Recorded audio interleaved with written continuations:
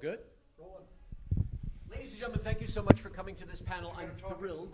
What? I'm thrilled that you could attend this, and I'm really excited about speaking to these gentlemen. We have watched performers. We have seen people in wild costumes roaming here for 2 days. We have seen all the visual parts of the horror film, of the genre film, of science fiction and fantasy. But before any of that, before we look at your skin, we look at the skeleton. And what is the skeleton of any great horror work? Is it the camera angles? Is it the costume? Is it the music? What is the skeleton? There you go. There you go. The storyteller, the writer. And we have 4 incredible storytellers with us. All the way far on that table, but still he's taller than I am, is Owl Goingback.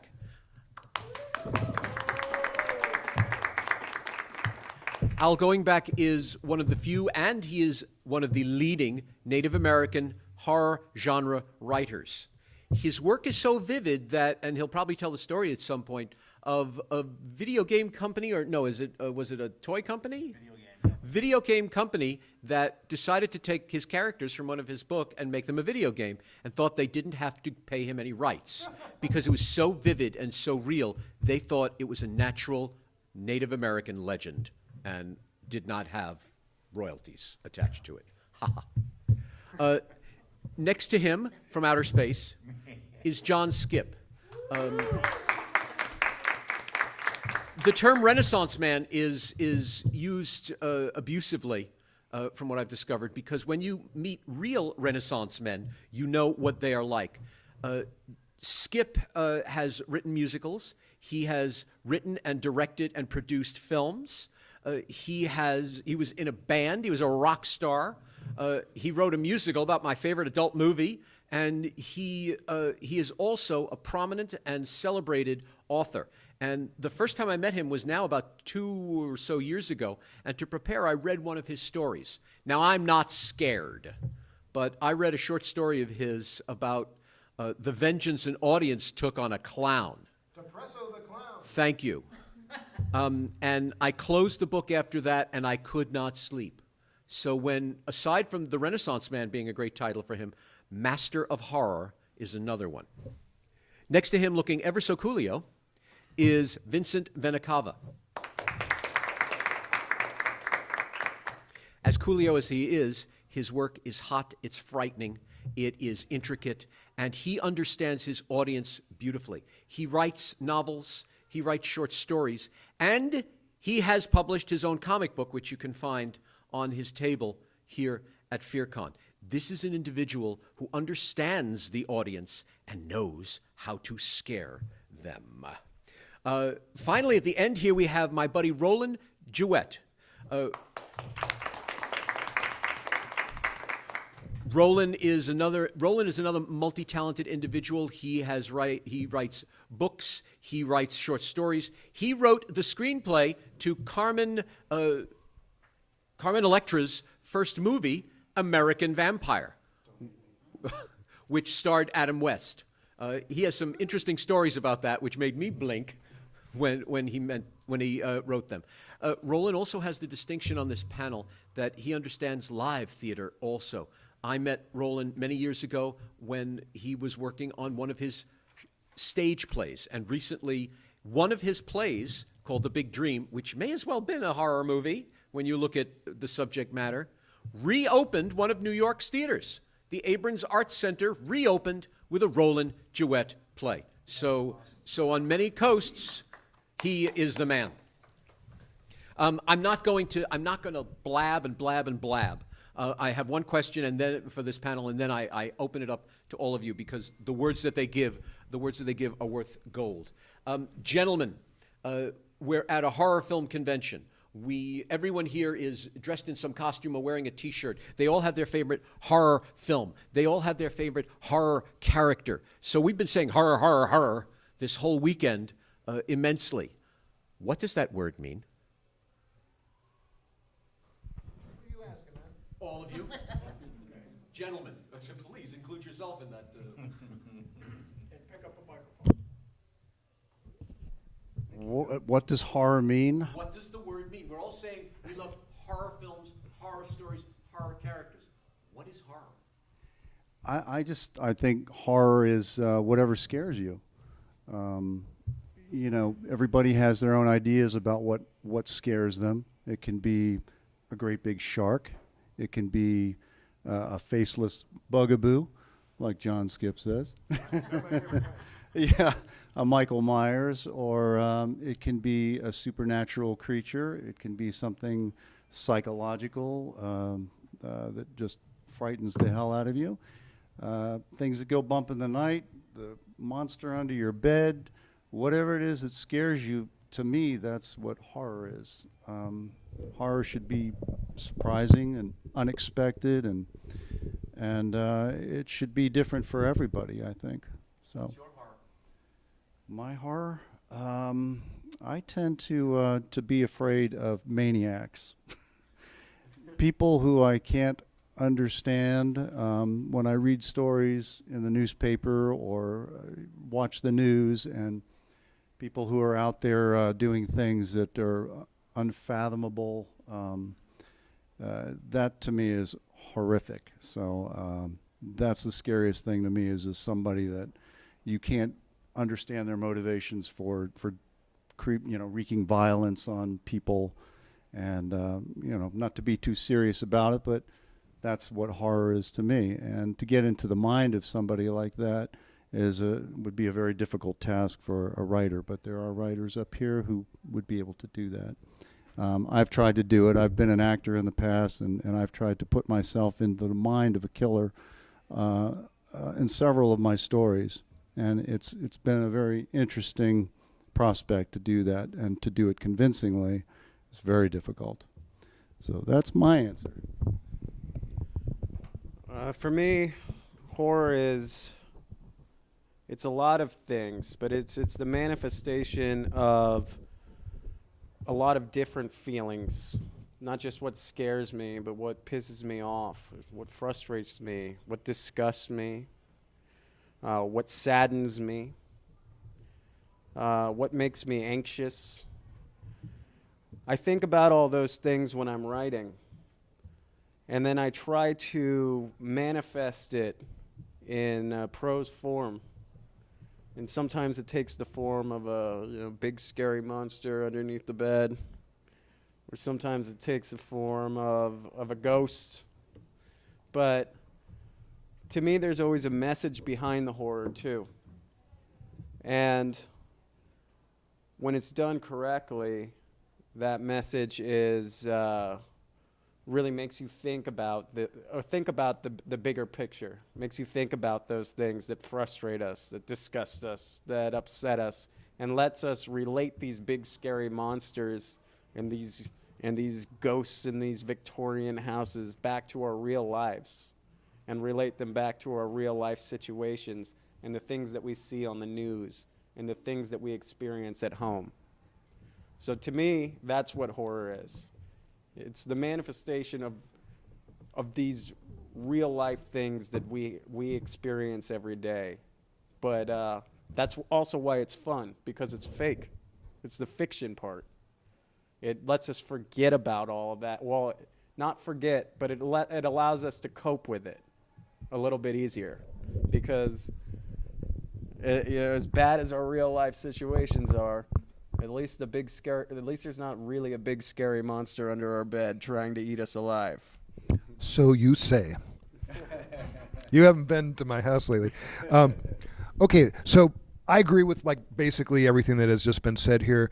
To me, as a genre, horror is the fiction of worst case scenarios. It's the place where the bad shit happens, and it's the place where we address the damage. It's the place where we look at the nightmare and put it down in ways where other people can see it and attempt to deal with it. Now, I'm kind of with the horror critic Douglas E. Winter, who said that horror is not a genre; it is an emotion. It is one of the colors on the rainbow of experience that life has to offer. And so I don't know, is that red? Is that black? Is it some delicious red and black combo? Again, horror comes in many, many, many colors and many shades, but there's always something intrinsically fucked up about it. And that is part of the appeal, and that's also part of the danger of it. Because when you're addressing worst case scenarios, when you're dealing with like the legit horrible shit, no matter what kind of metaphor you soak it in, whether it's a vampire to represent seduction and greed, or a zombie to represent humans with all the soul sucked out of them that are just mindless consuming machines that are only here to eat you down to your bones. Again, vampires, what's the great thing about a vampire? They're going to suck everything that's good out of you, and the best case scenario is you get to turn into a fuck stick like those guys, right? So, so that's a little problematic. But I think that there's a real value in addressing this stuff. I think that horror as a genre at its best is really, really good at facing that stuff down and giving us metaphors that we can work with. And again, horror and comedy as flip side of the same coin, you can take a horrible situation and you can either make it heartbreaking and tragic, or you can make it absolutely hilarious. I always think of, okay, when you slip on a banana peel, everybody laughs unless you break your hip. They leave you alone. Night comes and the ice weasels devour you. That's not as funny. Well, it's actually kind of funny. Yeah, I mean, I could talk about this shit all night, basically. I've spent so many years doing it. But when it comes right down to it, what do I find horrifying? Yes. Bullshit. Because I think that the bullshit is what gives us almost every horrible thing we ever have to deal with, is somebody who is totally full of shit, who is lying to us, deceiving us, manipulating us in some way so that horrible shit can happen and they can profit from it. Hollywood, basically. Well, amongst other things. Yeah, I mean, Hollywood produces many, many, many wonderful things, but it is the number one, aside from Washington, D.C., maybe the number one manufacturer of bullshit on the planet. And, that's a little problematic. To me, horror is the thing that lurks in the darkness beyond the campfire, where we're sitting comfortable, having the marshmallows and the s'mores. It's the fear of the unknown. It's the thing that's scratching at the edge of our normal life, threatening to tear our normal lives apart. Horror is that emotion you feel on a roller coaster right before you drop over the edge, when you know your life is no longer normal. That motion that gives that tingle in the back of your neck, or the feeling in the pit of your stomach. We're all living fragile lives in this world. Anything that upset that is horror. I mean, anything that threatens our family, our safety, it's the unknown. It could happen tomorrow. I mean, it's mankind's follies. I mean, it's war. It's, losing your home. It's homelessness. That's all horror. That's all the stuff we're afraid of rolled into one. Anything that takes the normal, everyday situation that we're used to, the mundane, and destroys it, that is horror. And what am I afraid of? The 6 o'clock news, mankind, watching what's really going on in the world. That terrifies me. I write escape fiction. I want people not to think about that. But what scares me is reality. It's funny. I was going to end that question by saying, what scares me? I have to. Thank you. What scares me the most? My horror is tomorrow. I don't know what it is. On March 12th of 2020, my tomorrow was supposed to be Friday the 13th. Haha. That's it. How funny. It was the last day any of us were allowed to go outside for 18 months. So horror is tomorrow. Hey man, what day was the 12th?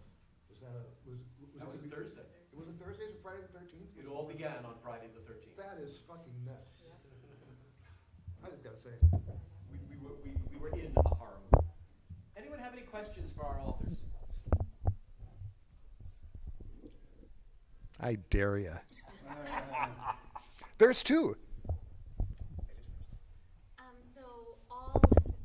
Most of you, or if not all of you, write for different kinds of media, so all across the board. And I was just wondering kind of what the differences are, if you approach them very similarly, or if you have like different processes for the different Can I take that one? Well, yes. Rutabaga. No, okay, so writing fiction and writing screenplays, it's like the difference between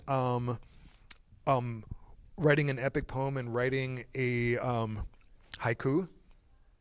That in a novel, you get to and have to express everything. You basically, as a novelist, you are the writer, you are the director, you are all of the actors, you are the cinematographer, you are the production designer, you are the wardrobe person, you are the hair person, you are the stunt people, you are the special effects, and you are everything else. And you have to communicate all of that with words on paper. Now, when you're writing a screenplay, what you have to do is create a blueprint that is simple and direct and goes for like 90 pages so that in those 90 pages, people will read it and they will see the movie in their head, and then one of them, called a producer, will manage to raise the money to be able to hire all the other people so they can flesh all that shit out. And so writing a novel is much harder than writing a screenplay, much harder by orders And of I think magnitude. it's more personal too. Well, yeah, because you get to, because, you know, one of the things that novelists can do that screenwriters can't is be inside the heads of the characters.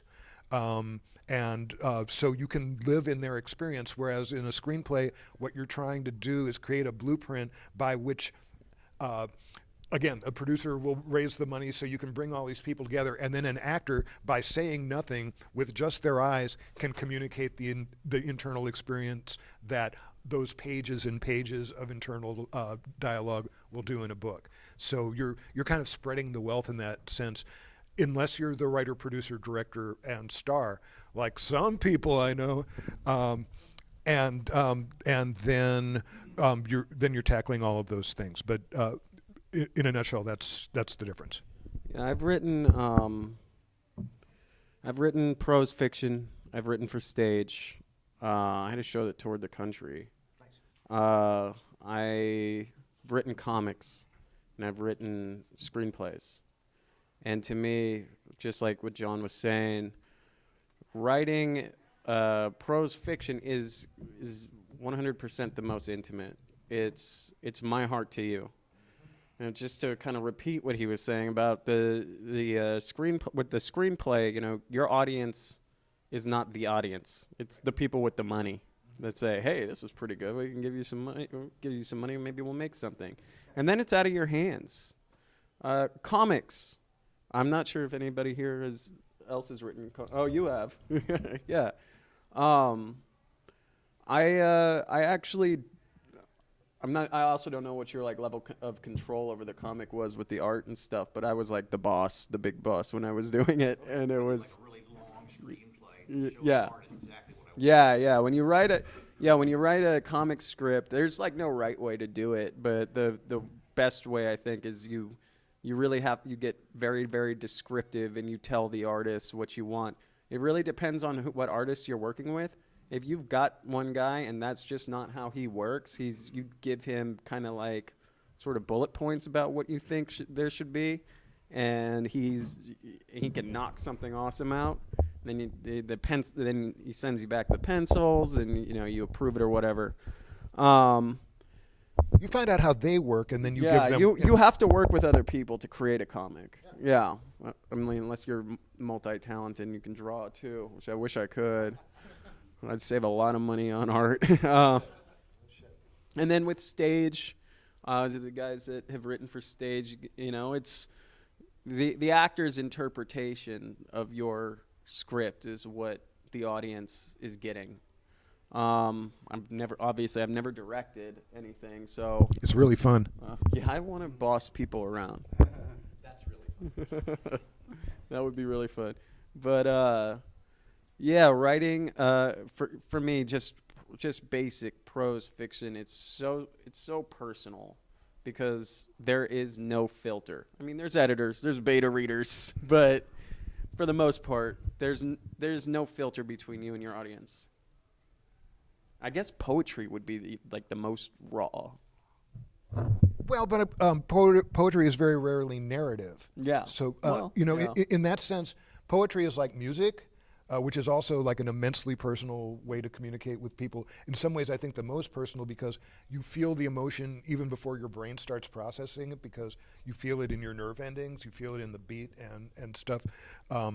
But yeah, as a writer telling stories, fiction is I think the most direct and the most personal. So I have a question to you, my friend over there, regarding what Jay was mentioning about the video game or the character. If you can elaborate more about that, and then to all of you, is this something you are interested in like writing a horror video game? I mean, there are a lot of them out there, like Resident Evil franchise or Until Dawn, which is an interactive game. They also brought Rami Malek into this game and other people. And is this something that you're interested in bringing your art as writers or horror writers to this gaming world? Well, I'll do anything they pay me. I'm a prostitute for you know. But my personal story is my first novel with Crota, which won the Bram Stoker Award for Best First Novel and was nominated for Best Novel of the Year, is a story about a large prehistoric creature living in underground tunnels in an ancient city on Earth. It's a creature that loves to hunt and kill for sports. The company who did Halo came out with an extension pack called the Crota's Lair about a large creature living in underground tunnels in an ancient city on the moon. Yeah, very familiar. But they put it on the moon. Now, I know why they did it, because everybody who reviewed that book said Crota was a creature of Native American legend. It's not. I made it up. But I surrounded it by Native American legend and folklore, so everybody who reviewed it said it's a legend. I've actually had 2 people come up to me at a powwow and say they saw the Crota walking around the Ocala National Forest. And they go, it's real, right? And it broke my heart to tell them, no, I made it up. But then I was like, but there's other things out there. Maybe you saw a Sasquatch or a skunk ape. But everybody thought it was a real Indian legend, so they figured it was fair use and public domain, and that's why they took it. They made millions off of it. I've seen T-shirts and hats, and I've seen vinyl pop figures of Crota, which really broke my heart. On Amazon now, amateur writers who are, doing Crota books, because they're basing it on the game system illegally. They're fan fiction, but it's all based on my stuff, and they just don't realize it. Unfortunately, the people who did Halo have got $1 billion in the bank. I cannot get a lawyer who will go after them. I mean, they'll say, yes, intellectual property, yeah, it was stolen, and then they realize who they're up against, and they know they can't win, because they'll just keep sending letters and nickel and diming until you give up. They will paper you out. Exactly. Now, if somebody came and said, hey, would you like to do it for a game system? Yeah, because I would like to make a few of those millions. It'd be kind of nice. But yeah, nobody's offered that yet. They just take what they wanted. Yeah, it happens, Hollywood does that really bad to people all the time. Yeah. Experts at the hose. I think games are cool, but I don't play them, so I'm probably not the guy to design one. But if somebody who is really good at designing games came to me and said, I would like you to play with me, and there's a bunch of money involved, I would think about it. I like the immersive world. I like the direct involvement of the player. I think that's a really fun thing, but it's just, it's not a modality I know. There are a million people more qualified to do that shit than I am.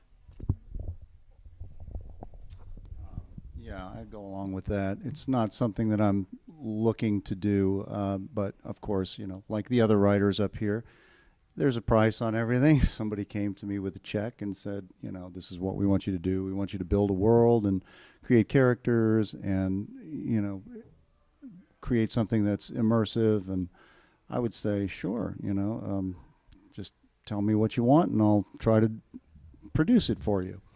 But my son is 14 years old. He's really into gaming, as most 14-year-olds are. So I do look at it. It's of interest, and it's quite sophisticated and very involving. And I think you need a huge team of people to do these games. I don't think there's just one writer that writes something and gives it. I think it's a team. There are teams involved, yes. Yeah. So, I would love to be part of that team. I don't know that anybody would be, seeking me out for that particular thing. I was involved in the writing of an indie game that kind of fell through. So I have a little bit of an experience. It was a story-based game too. But right now, no, I wouldn't want. It would really have to be a lot of money, and I don't think they'd be paying it. Right now my focus is just writing what I want to write, and that's books. And that's where that's where I am right now. So probably not. I probably wouldn't want to get into games. Thank you. Yes, sir. Okay, so my question is, like you were saying about the scariest thing for you is seeing the news. We're in a society right now is like so bombarded with horror and science fiction and just everything. When I look at 9/11 and 20 years later, you're getting more and more details of how horrific it was. Sure. How, like conceptually, when you think of new horror stories and comparing it to real life, like do you find yourself blocked with writing? No, you don't find anything that. My latest book is called Don't Push the Button. And so much of what it does is look at every kind of thing that, every aspect of life that, as I was saying earlier, is a worst case scenario, and attempting to address it directly. I like doing that. To me, that feels like a useful place to put my rage and my imagination. But again, I agree with everybody and the different aspects of what they're saying here. Fear of the unknown. Nobody saw those fucking planes coming. And the minute they hit, and you saw the people jumping out of buildings, to me, that's the quintessence of the horror of 9/11, is people jumping out of buildings, like they could fly, but they couldn't. And just the horror of that moment, and also the weird freedom. The thing about horror is, it's not just scary. It's also exhilarating. I think that everybody has a monster in them, and that part gets spoken to in horror in ways that very few other things will allow you to do. And at the same time, we are appalled by the monster in us and the monster in everything else. We also, we grew up afraid. As a species, we grew up afraid of the animals that would prey on us, and so our monsters have teeth and they have claws, and they come to devour us in the night. That's in our fucking DNA, man. That's our genetic programming.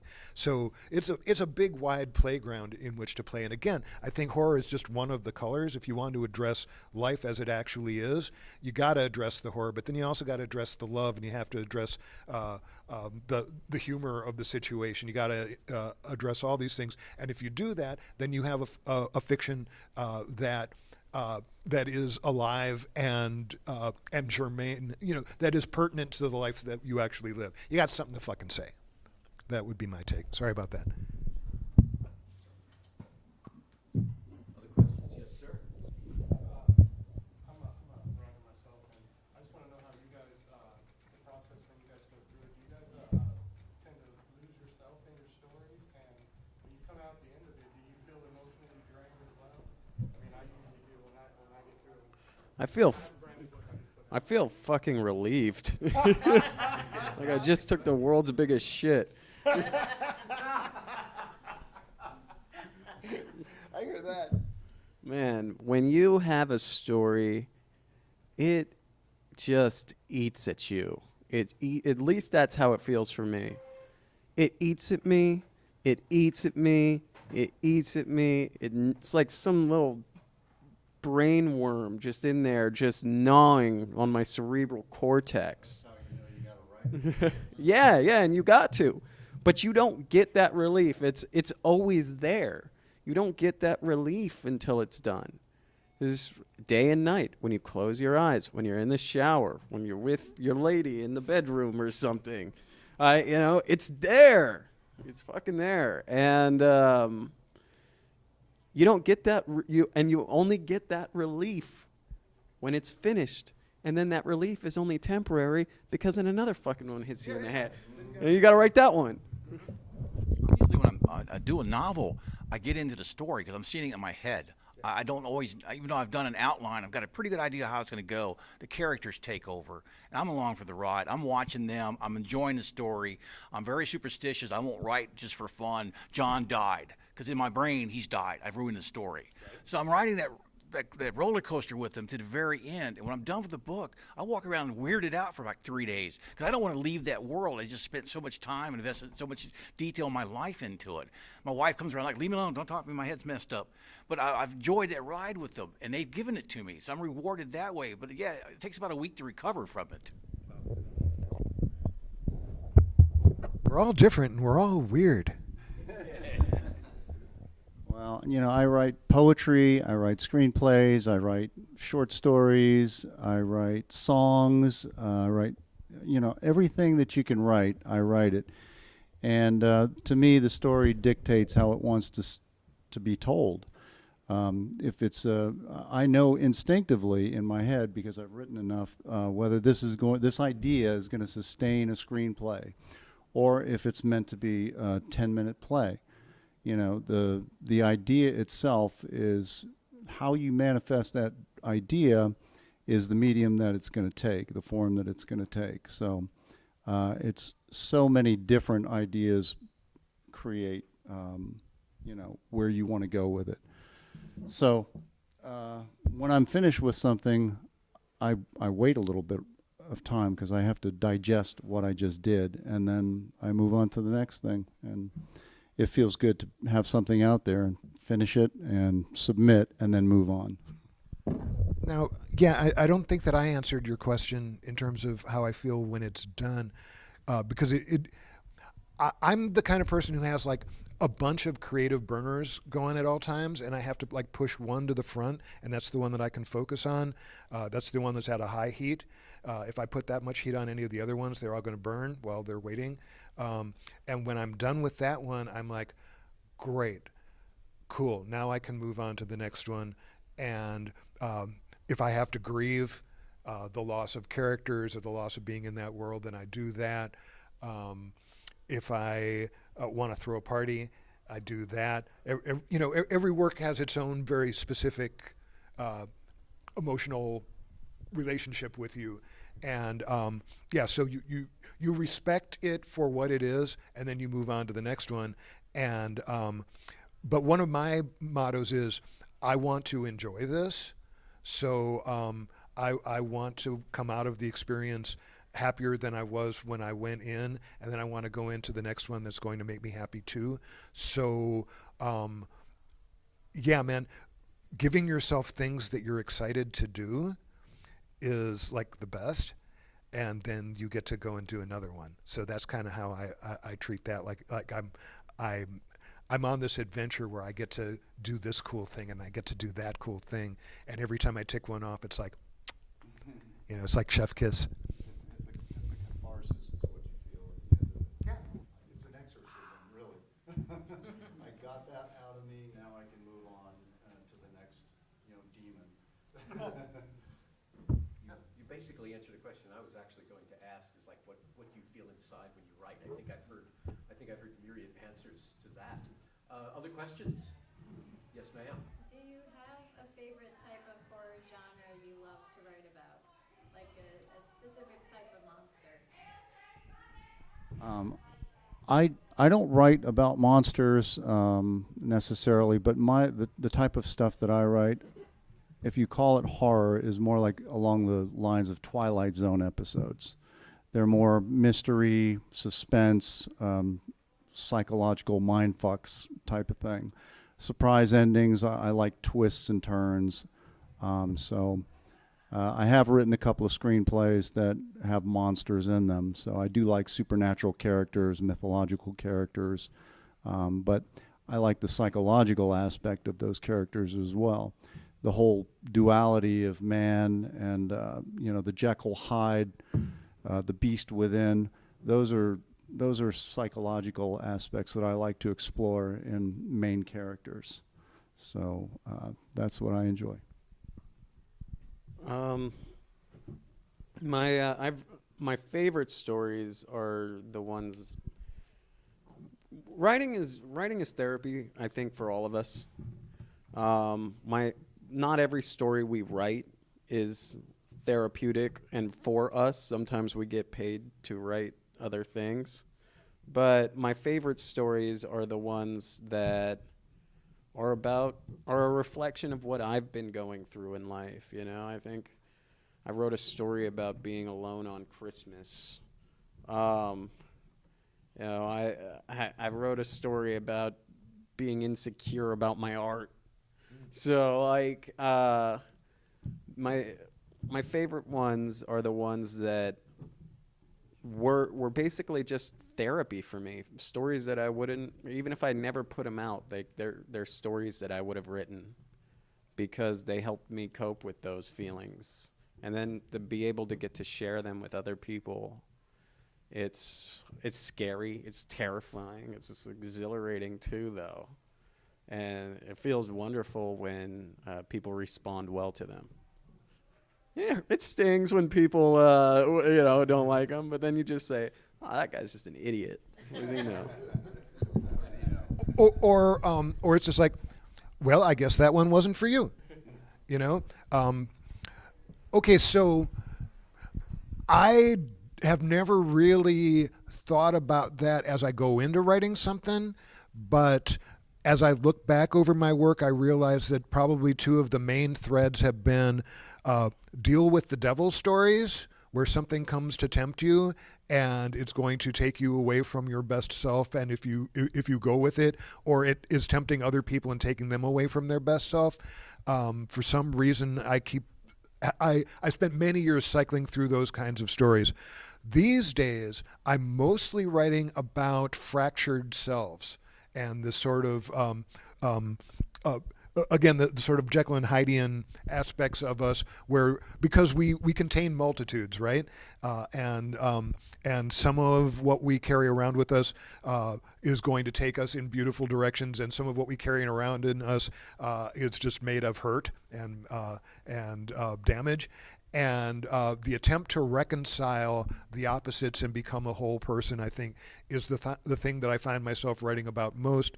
And there are a lot of monsters and horrors in that. So it really comes down to, one way or another, confronting ourselves. Because I think that the real war that the human race faces is not against each other, but it's against the madness inside ourselves. And so that is the thing that I think ultimately preoccupies.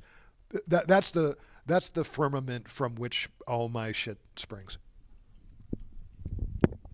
I'm always reading for weird stuff. I love folklore. I love urban legends. I love, historical events. Anything that'll spark an idea for a story.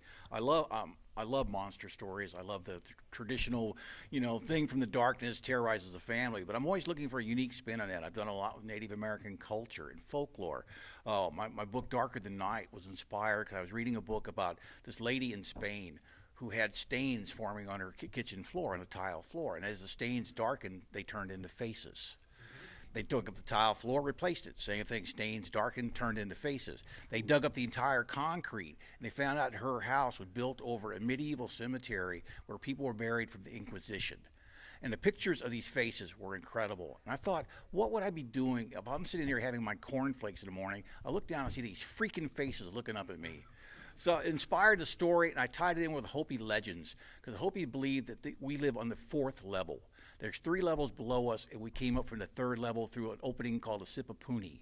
I said, well, what if we came up to this level of mankind, and there's these little things with the faces are actually the creatures that we left behind. They're trying to come through into our world.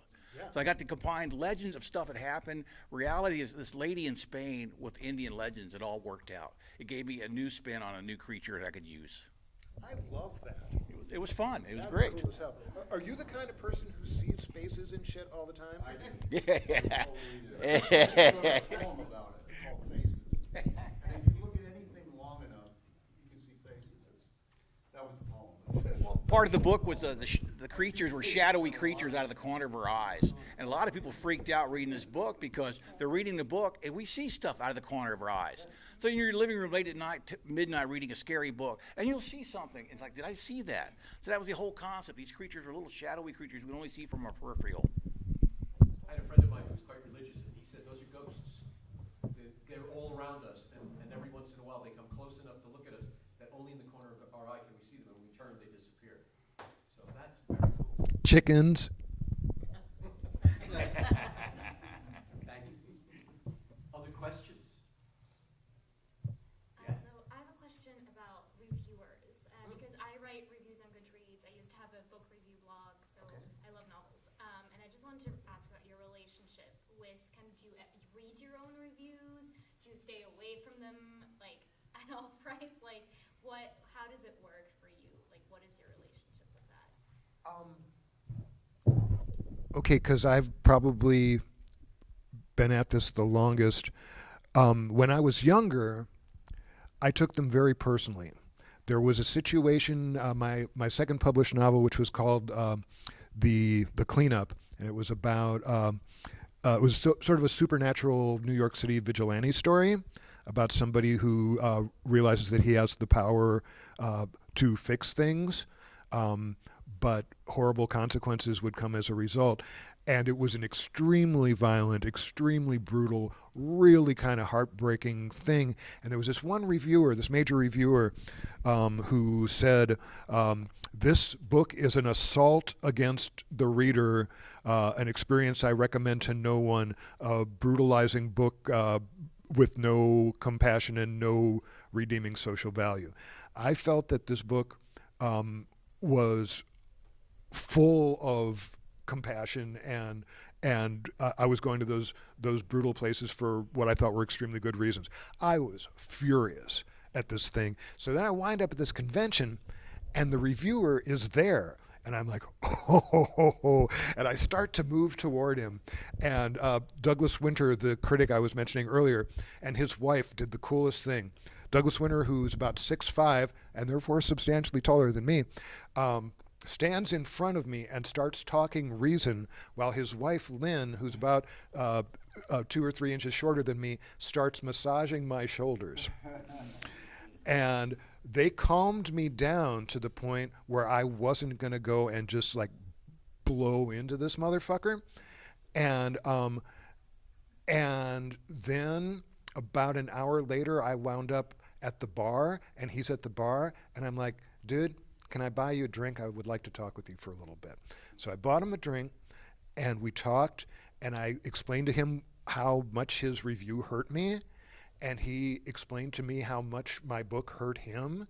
And by the end of about an hour, we loved each other, and we had the best time, and I'm so glad I didn't kill him. As a result of this now, when I think about reviews, I'm kind of zen about it. I'm sort of, it's like if somebody loves it, I'm like, that's great. And if they hate it, I'm like, that's too bad.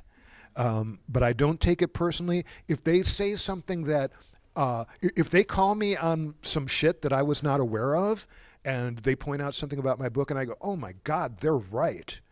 Then I go, damn, I wish I had been smarter when I wrote that. I will try to do better next time. But I don't take it personally, because I understand that all art is a Rorschach test, and everybody interprets it the way that they do. And once I make the thing, how you feel about it is not my problem. It just isn't. So whether you love it or you hate it, I hope you have a good time, and if you don't, I hope you go find something you like better. The older generation is always talking about how soft the younger generation is, but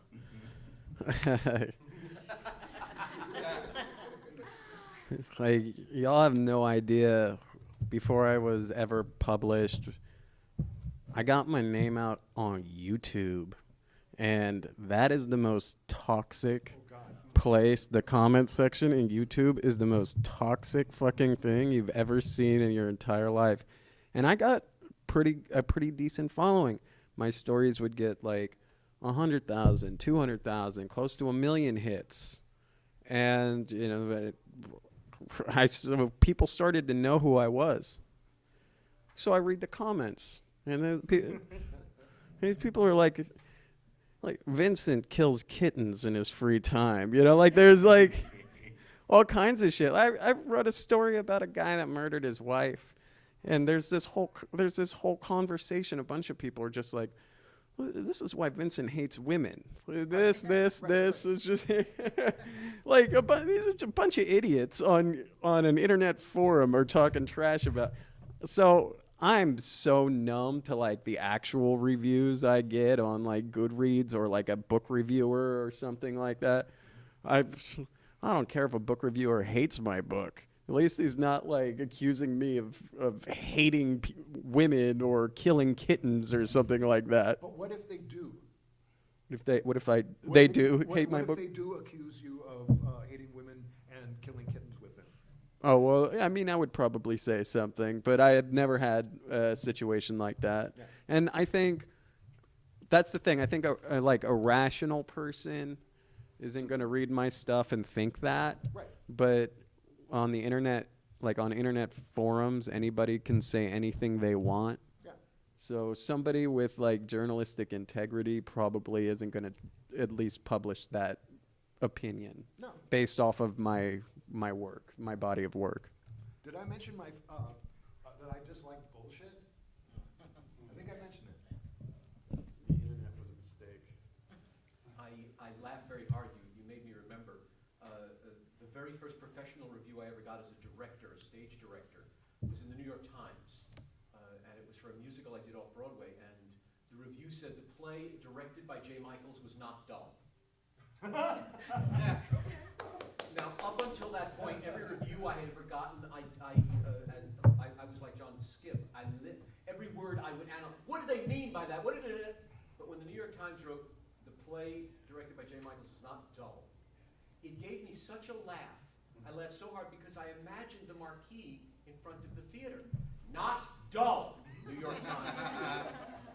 And after that, when I look at reviews, I hear in my head, not dull. And so whatever they write, good and bad. And recently I had a scathing article about me in a magazine, which I loved more than anything else. I actually kept it because no one had ever been so nasty to me. And for some reason, I just enjoyed it. And I look back on it and say, not dull. And I realize, like everyone here has said, it's their shit. If someone's going to read one of Vincent's stories and decide that he doesn't like kittens because of it, okay, well that's their shit, and I mean that in every sense of the word. So you gave me a good laugh, and now in my head I'm hearing not dull again after all of these years.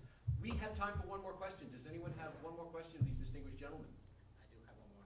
Yes, sir. Okay, so did you guys ever write something and then like read it later and say, I can't believe that came the fuck out of me? In a good way or bad?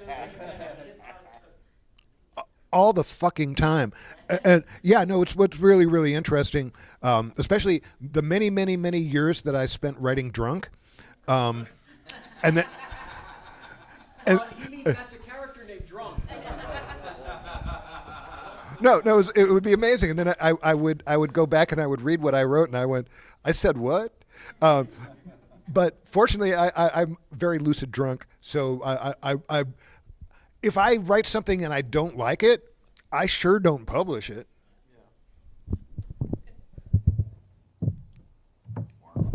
Even the opposite. I've had people write me and take a passage from one of my books and say it inspired them. And one guy put it up on a mirror above his bed, and he read it every day. And his brother saw it and copied it down and read it every day. It's from the book Shaman Moon, which I wrote for White Wolf, the gaming company. And I'm looking at it and said, well, that's wonderful. I don't remember writing it. It's in the book somewhere. But it meant something to them. As writers, we throw rocks into water. We make these ripples and go out. I had a guy who read Crota, the first novel, and he taught himself to read. And he was inspired by this book, and it's being set in the same area where he grew up, that he went on to become a deputy sheriff and do something with his life. So you never know, as a writer, you might get people give you bad reviews, but you might inspire that one person. Or that one line you don't even remember writing. It might mean something to somebody out there. I love that. And it's true.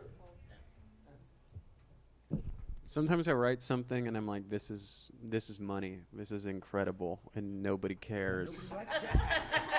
And sometimes I go, whatever, this is a piece of shit, but pay me. And I put it out, and I just like, everybody's like, oh, that was awesome. I love that story. And then they come up to me at a con or something, and they tell me, oh, that story, I remember it. So, and the whole time I'm just thinking, like, why does that have to be the one you know me from? Just lucky, I guess. At least they're doing it for something, right? Yeah, no, it's so weird. You know, Don't have any control over what people are going to like. That's the thing. It's all their thing. Probably the crappiest thing you can write. People are going to love. Exactly. You put something out that you think is, like you said, golden, and you know, this is the best piece of writing I've ever done, and you know, crickets. And then you put out something that's, oh, what a piece of crap, but you know, it's an idea, it's kind of funny, interesting, whatever, and people go nuts over it, you know. So you just never know.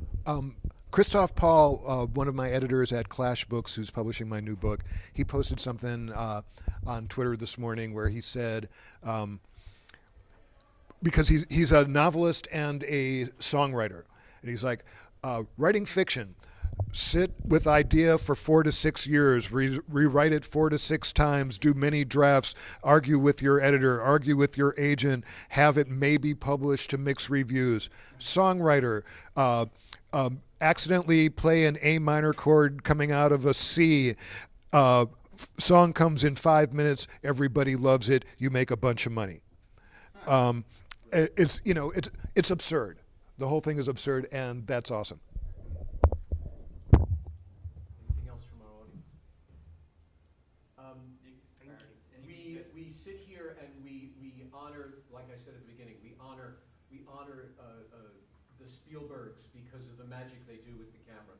We honor the artists up there on the screen. But at the end of the day, the first person to put their hand underneath the knife, the first person who says, I'm now going to open my heart and tell you what has been gnawing at my brain for 4 to 6 years, and I'm going to write it, and hopefully no one rewrites it into something crap, and then hands it to a terrible actor or whatever. The first, I liken authors to parents. You know, Grandpa comes in and buys you candy, and when you have a sick stomach from it, he goes home. The aunts and the uncles do that also. It is the parents that hold and love their children. And the authors are the ones that write the children that go off to the schools of the directors and the actors. And I applaud all authors, and I applaud these 4 artists that are in front of us. Thank you, gentlemen.